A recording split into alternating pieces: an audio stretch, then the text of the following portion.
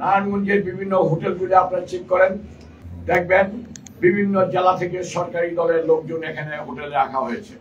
এই circuit house, Narayanganj club, ডাক বাংলাকে নির্বাচনের কাজে ব্যবহার করা হচ্ছে। সরকারি সার্কিট হাউস, ডাক বাংলো ব্যবহার করার কোনো আইনগত বিধান নাই। এই আচরণ বিধি লঙ্ঘন করি এই সরকারি দলের বিভিন্ন উচ্চ পর্যায়ের কর্মকর্তা যারা আমাদের নারায়ণগঞ্জের মেহমান, তারা এই নির্বাচনকে প্রভাবিত করার জন্য উঠে পড়ে লেগে গেছে।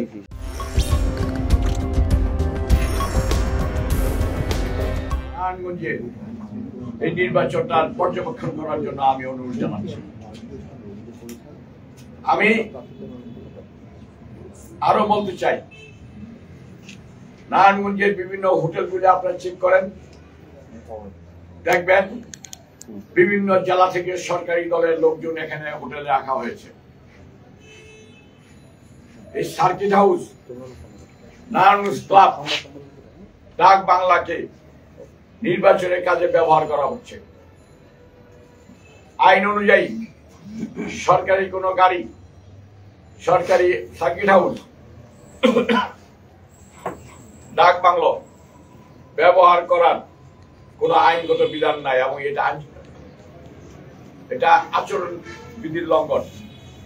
তারপরেও এই আচরণ বিধি লঙ্ঘন করি এই সরকারি দলের বিভিন্ন উচ্চ পর্যায়ের কর্মকর্তা যারা আমাদের নারায়ণগঞ্জের মেহমান, তারা এই নির্বাচনকে প্রভাবিত করার জন্য উঠে পড়ে লেগে গেছে। বন্ধুগণ, আপনারা জেনেছেন যে গত রাত্রে সন্ধ্যায় আওয়ামী লীগের কেন্দ্রীয় নেতা যারা জাহাঙ্গীর কবির নানক মহোদয় তার কিছু সঙ্গীকে নিয়ে জেলা প্রশাসক এবং পুলিশ সুপারের সাথে আলাপ করেছেন, তার অফিসে দেখা করেছেন।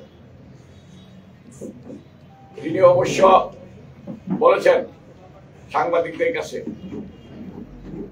তিনি নির্বাচনকে প্রভাবিত করতে যান নাই, কিন্তু তার বক্তব্য এবং তার দেখা করার সাথে কোনো সমন্বয় নাই।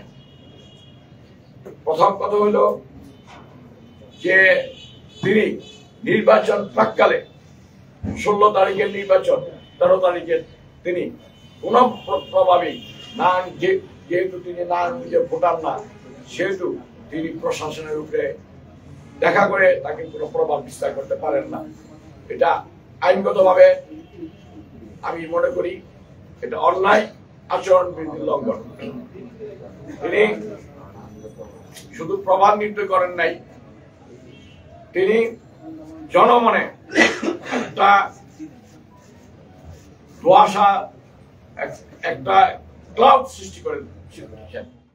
সংবাদ, ফিচার ও অনুষ্ঠানের জন্য ভিজিট করুন সংবাদ প্রকাশের ওয়েবসাইট এবং যুক্ত থাকুন ফেসবুক পেজ ও ইউটিউব চ্যানেলের সঙ্গে।